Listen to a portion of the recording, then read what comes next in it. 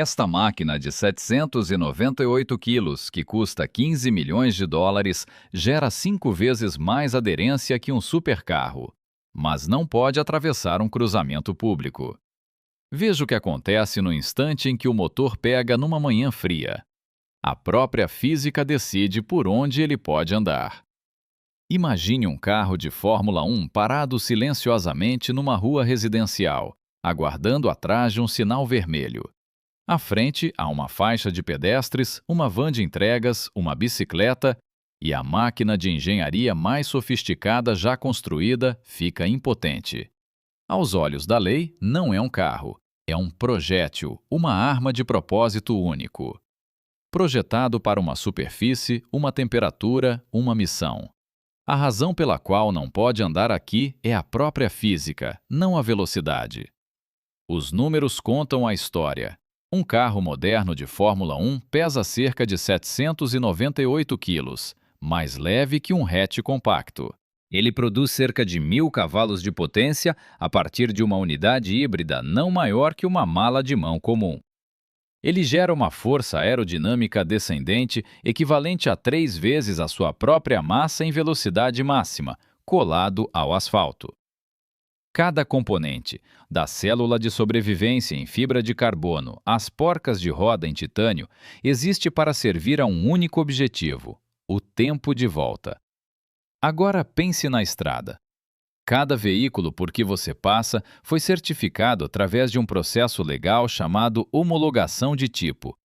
Ele garante que a máquina vai se comportar de forma previsível no trânsito, um cenário para o qual o carro de Fórmula 1 nunca foi projetado. Na Europa, as normas vêm da Comissão Econômica das Nações Unidas. Na América, dos padrões federais de segurança de veículos motorizados. No Japão, o Ministério da Terra, Infraestrutura e Transportes é quem os redige. Esses documentos chegam a ter milhares de páginas. Elas ditam a altura dos faróis, a refletividade das placas, a resistência ao esmagamento das colunas das portas e a composição química exata dos gases de escape. Um carro de Fórmula 1 não cumpre nenhuma dessas regulamentações, nenhuma. É uma obra-prima, legalmente, um projétil. Sem homologação, não há placa. Sem placa, não há seguro. Sem seguro, não há circulação legal na via. Nenhuma nação desenvolvida na Terra permite isso em vias públicas. Mas a primeira barreira surge antes mesmo do motor ligar. Ande ao redor da máquina. Procure um farol. Nenhum. Uma seta. Ausente. Um espelho. Completamente ausente. Um para-brisa para bloquear uma pedra atirada pelo pneu de um caminhão? O cockpit continua aberto ao céu, sem proteção. Apenas um halo de titânio protege o piloto. Sem limpadores, sem vidro, sem marcha a ré, as pistas nunca voltam atrás. Considere então a altura em relação ao solo. Um carro de Fórmula 1 anda a cerca de 20 milímetros acima do asfalto. 20 milímetros. Essa é a espessura de 8 moedas empilhadas. Uma lombada europeia padrão sobe de 75 a 100 milímetros. O carro não iria apenas raspar, ele rasgaria seu assoalho, destruiria o difusor, romperia as linhas hidráulicas. Ele encalharia no próprio obstáculo projetado para reduzir a velocidade de um sedã familiar. Catástrofe estrutural total no impacto.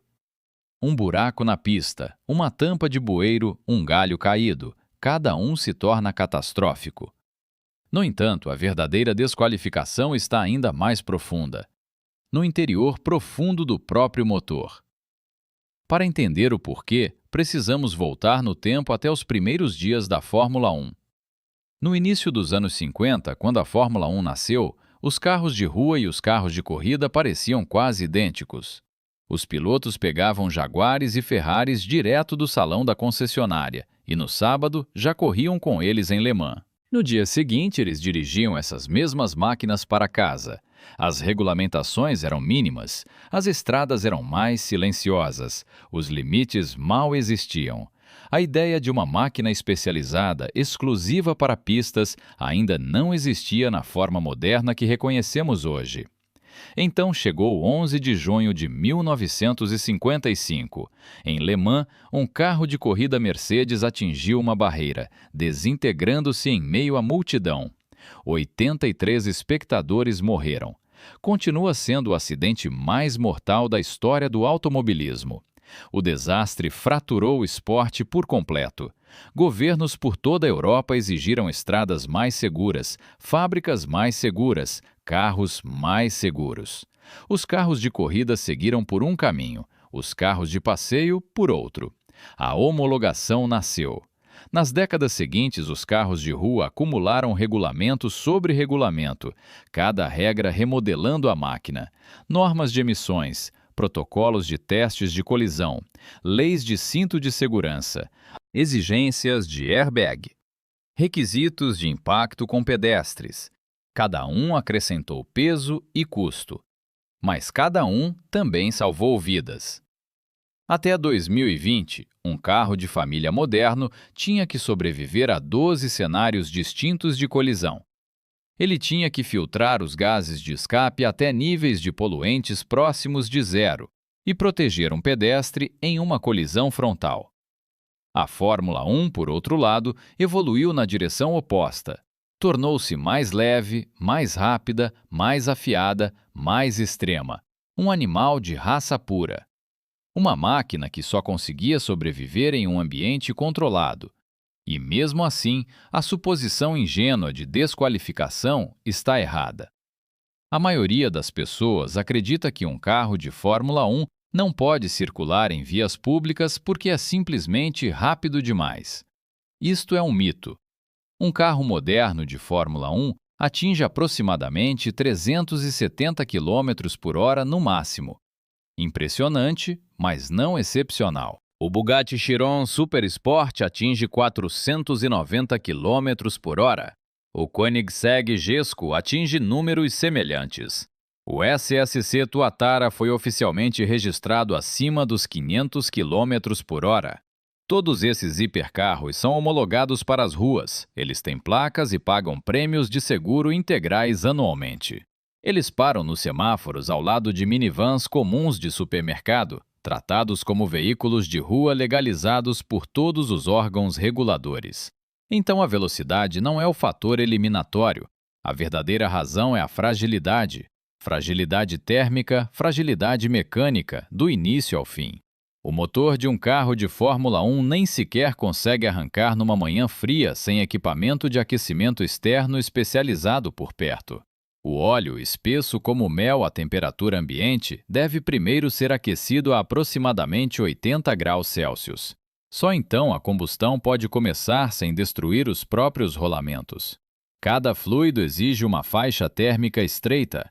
Os pneus contam a mesma história. Um pneu de Fórmula 1 é, em essência, uma máquina química de precisão. Seu composto de borracha atinge aderência máxima a aproximadamente 100 graus Celsius em toda a camada superficial de trabalho. Abaixo disso, o pneu se comporta como plástico polido no gelo, oferecendo praticamente nenhum atrito utilizável. Os pilotos zigue-zagueiam violentamente nas voltas de formação não por espetáculo, mas para gerar calor e obter aderência real na frenagem. Imagine dirigir até o trabalho com pneus que não oferecem nenhuma aderência durante os primeiros 10 minutos do trajeto. Imagine tentar parar num sinal vermelho e simplesmente deslizar direto por ele todas as vezes. Mas a temperatura é apenas o começo dessa impossibilidade.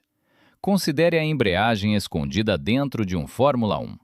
A embreagem de um carro de rua é projetada para resistir a 100 mil acionamentos ao longo de uma década inteira de uso.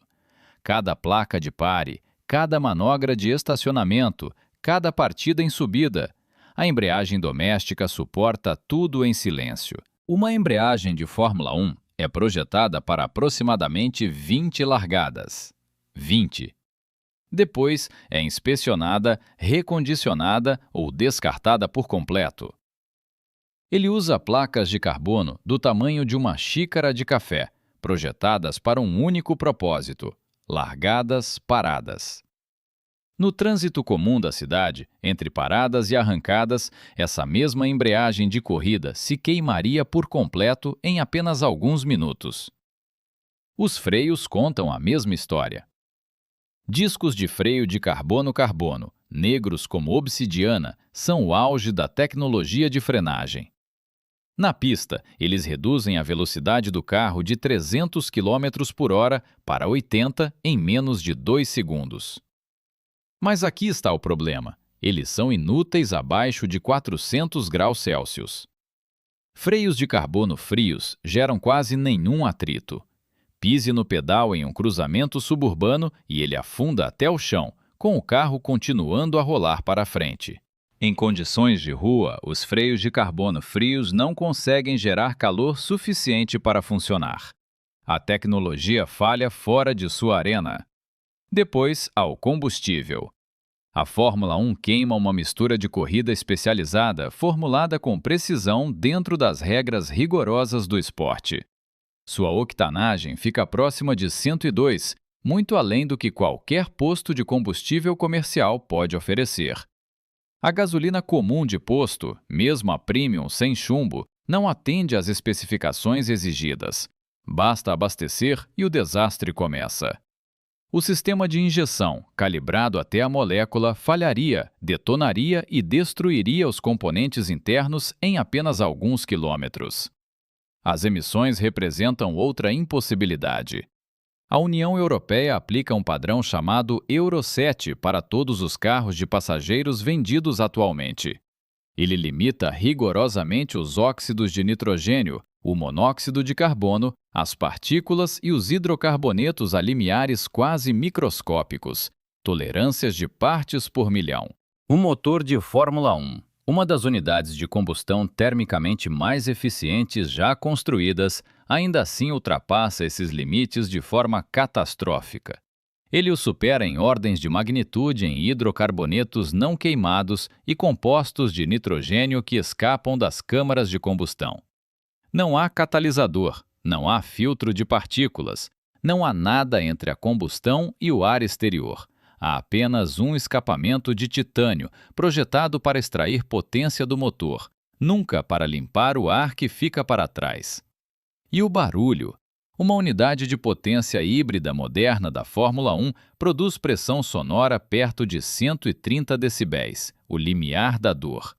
Em todos os países desenvolvidos, o limite legal para um veículo de estrada situa-se entre 72 e 80 decibéis. Um carro de Fórmula 1 passando por uma rua residencial ultrapassaria os limites locais de ruído em um fator de 10.000. Dispararia alarmes de carros, quebraria janelas em casos extremos, violaria leis em todas as jurisdições da Terra. Depois vem o fator com o qual nenhum engenheiro pode negociar: a certificação de segurança e os testes de colisão que ela exige.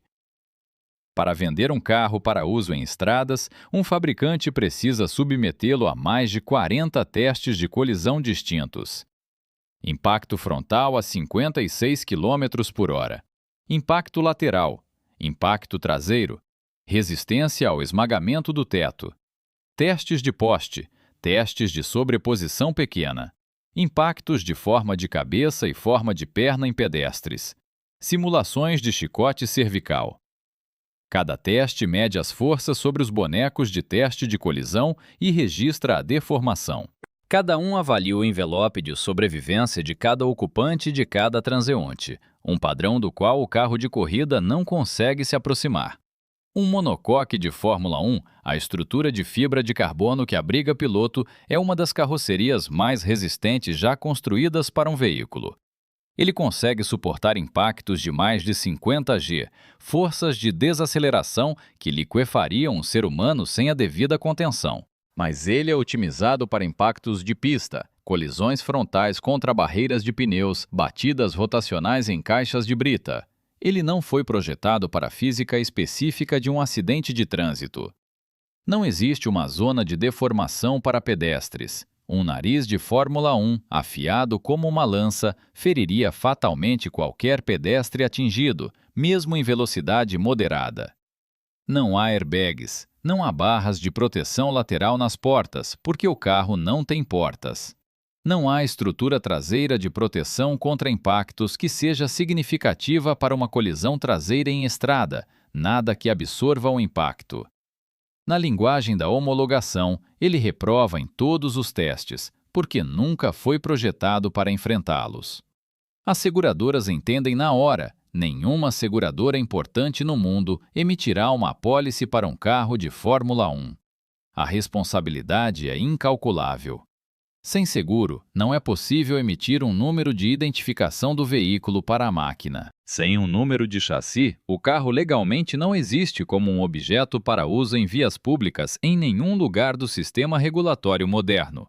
É uma peça de equipamento industrial, tão impossível de registrar como um motor a jato ou uma turbina eólica. Uma tentativa lendária desafiou cada um desses limites, não em um circuito, mas em ruas públicas comuns. O ano era 2011. A Red Bull Racing, então dominante na Fórmula 1, decidiu celebrar o seu sucesso. Eles dirigiram um verdadeiro carro de corrida pelas ruas de uma pequena cidade austríaca durante um evento público de celebração. O chassi era o RB7, o carro que venceria o campeonato daquela temporada com Sebastian Vettel ao volante. O evento exigiu uma autorização especial do governo. A rota foi totalmente fechada e cordões policiais se estendiam por quilômetros ao seu redor. Uma equipe de apoio com cerca de 40 engenheiros os acompanhava, levando geradores, aquecedores de pneus, pré-aquecedores hidráulicos, peças sobressalentes e equipamentos de telemetria. O carro arrancou com assistência externa, o motor gritando pelo vale alpino enquanto os espectadores se alinhavam pelas ruas fechadas. Ele percorreu talvez 3 quilômetros antes de parar. O motor, projetado para operação contínua em alta carga, não tolerava a condução em baixa velocidade. Suas temperaturas caíram fora da janela operacional. Sua embreagem se aproximava da destruição entre as modestas casas de aldeia que ladeavam o percurso. Seus freios não conseguiam parar em velocidades de pedestre. Era, apesar de toda a sua glória, um peixe ofegando em terra firme. A mesma história se repete todos os anos em Mônaco, a mais famosa corrida de rua do mundo em vias públicas. Mas essas ruas são transformadas 6 dias antes. As tampas de bueiro são soldadas, os meios-fios são removidos, as linhas pintadas são apagadas, barreiras, grades, redes de contenção, postos de fiscais, estações médicas, centenas de toneladas de concreto instaladas. Quando a corrida termina, toda a operação se inverte. Até o icônico evento nas ruas de Mônaco exige reconstruir a cidade em torno desta máquina. Isto prova a verdade final: um carro de Fórmula 1 não é realmente um carro, é um sistema. Pense no que é um carro de rua. Você gira a chave, o motor liga, você dirige até o supermercado, você estaciona, se afasta, volta 6 horas depois, gira a chave, ele liga de novo sem hesitar. Você dirige para casa na chuva, à noite, no trânsito, sobre buracos, subindo ladeiras íngremes, na neve. Você faz isso por 10 anos sem abrir o capô. Um carro de rua é um eletrodoméstico autônomo. Ele espera ser negligenciado. Toda a sua concepção de engenharia visa a sobrevivência graciosa sobre a operação humana indiferente do dia a dia. Um carro de Fórmula 1 espera exatamente o oposto. Ele espera uma equipe de aproximadamente 60 pessoas especializadas. Ele espera partidas a quente com aquecimento externo. Ele espera engenheiros de telemetria lendo 300 canais de sensores ao vivo.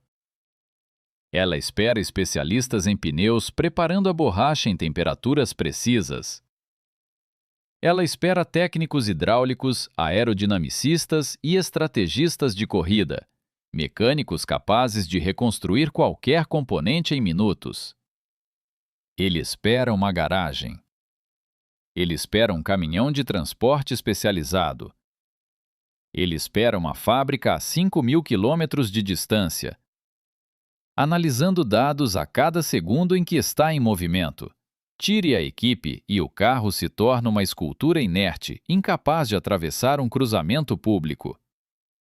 Não porque é rápido demais, nem mesmo porque é alto demais, mas porque não consegue se sustentar sozinho. Legalidade viária, em sua essência filosófica, significa a autossuficiência no trânsito, a capacidade de circular sem depender de especialistas. Um piloto, um propósito, uma jornada, sem um exército de engenheiros sussurrando pelos rádios nos bastidores. O segredo não está no desempenho, mas no propósito. Um carro de rua é projetado para o mundo. Um carro de Fórmula 1 é projetado para o cronômetro. Dois caminhos evolutivos que se separaram há 70 anos. E eles nunca mais voltaram a se encontrar. Mas o futuro pode, enfim, apagar essa divisão de um século. Uma nova geração de hipercarros está finalmente diminuindo a distância entre a pista de corrida e as ruas. O Aston Martin Valkyrie foi co-desenvolvido por Adrian Newey, o arquiteto por trás das máquinas dominantes de campeonato da Fórmula 1.